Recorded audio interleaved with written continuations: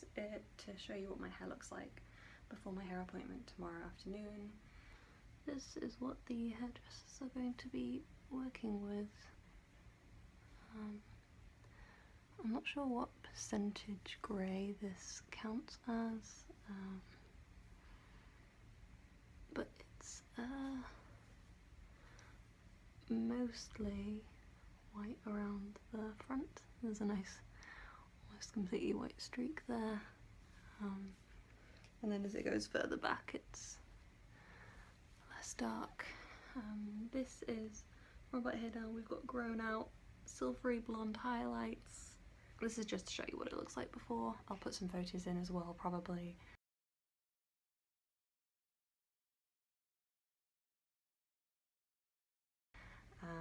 And then tomorrow I've got my hair appointment, and then after my hair appointment I'll talk a little bit more about why I'm doing this and why it's taken so long for me to do this, I guess. Okay, bye. Okay, I am on my way.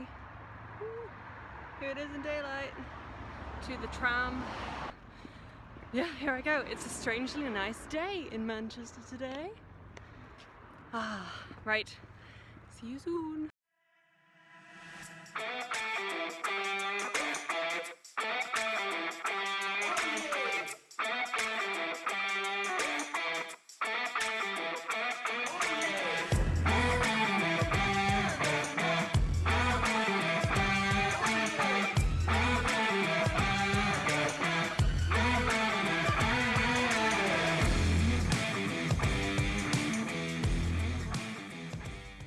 This is it.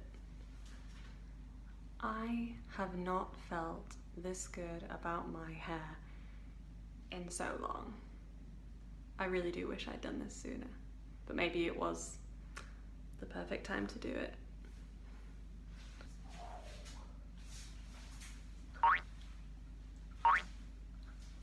I'm having too much fun.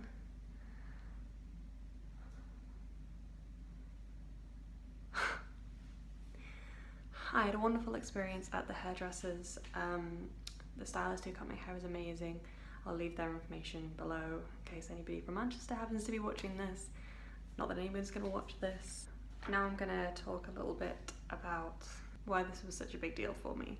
If anybody watches this, and most people are gonna be watching this going, why is this girl making such a big deal about this? And the reason is I've been feeling terrible about my hair for a really long time. I'm just gonna get started.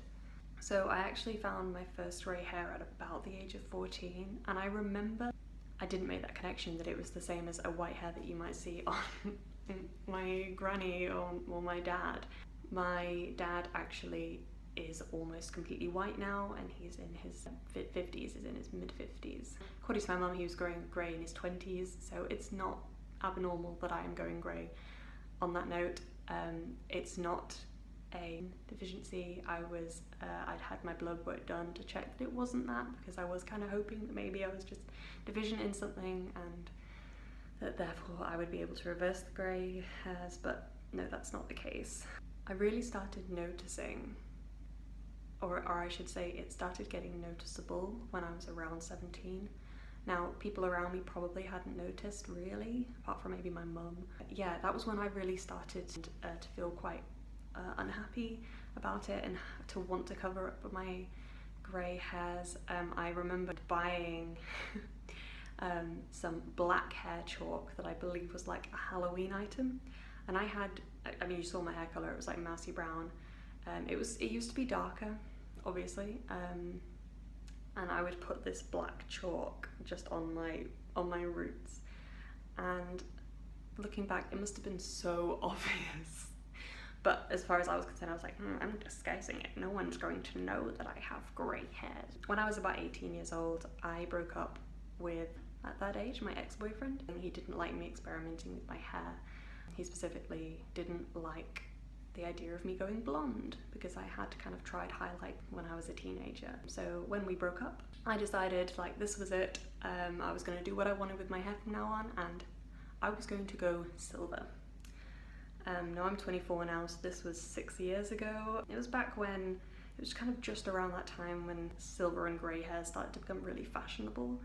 And the idea I had in my head was like, I thought I was being so clever. I thought if my hair is silver, then when my roots grow out and they're like a greyish colour, it's not going to be as noticeable because it's it's all kind of going to blend together. So for a really long time I tried to get my hair white, like white, and I did get it as white, I think, as bleached and lightened hair and toned hair can get. However, what they don't tell you is that there is a difference between hair that grows out of your head white and is lightened to be white. So it never quite blended how I wanted it to blend. It was always noticeable, and I really hated how high maintenance silver hair was. I loved it for a long while, and then I started to get sick of having to pay so much money every time, and the more time I would leave in between appointments, the more people would be a little bit narky about my hair and about my root situation. Like, people would say like, are you gonna go and get your roots done soon?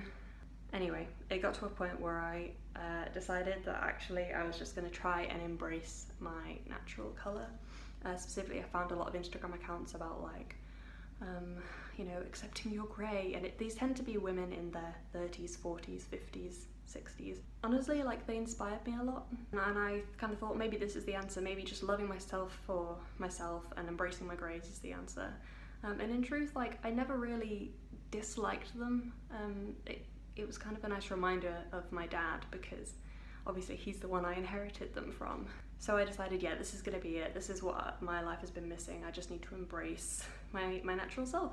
And it worked for a little while. I was pretty happy, and I was quite excited to see the grey streaks that I had down the sides growing out. And it actually got to a point where people would compliment me thinking that it was an artificial grey, because most of it is quite spread out. It looks like an all-over dark grey. However, about a year ago, I started a job in an office, so it was a more corporate environment, and I suddenly got self-conscious again. And I think it was because I was around other young people again, so graduates, people that had just finished university, and because I was in such a formal environment, I felt like I needed to fit in.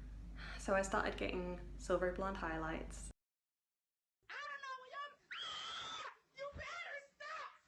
And I got those for a few months, and I did feel good about my hair again, because I was still sticking with being like grey silver, so I was kind of still being authentic, but at the same time I was colouring my hair, which is what I didn't want to do really. I wanted to embrace my natural colour. And then I started to think about colouring my hair again recently. Well, for a few months now, during lockdown, when there's less pressure to look a certain way every day in the office.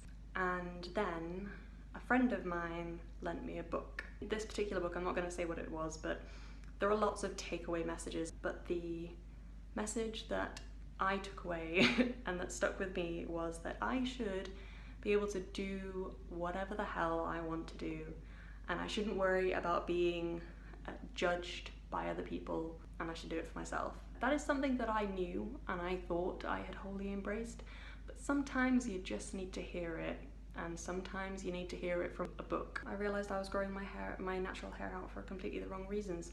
I'd always liked experimenting with my hair. I'd had lots of different colours in my hair when I was a teenager. I love this hair colour. And the hairstylist was so good. He did highlights, and then he put the colour over the top. So when this grows out, it is gonna, you're obviously gonna be able to see the white hairs, but it's gonna be a lot less obvious than if you was to just do a full bleach tone and colour. So I'm happy. I am so happy with this hair colour. I feel like myself again. That's what it is. Yeah.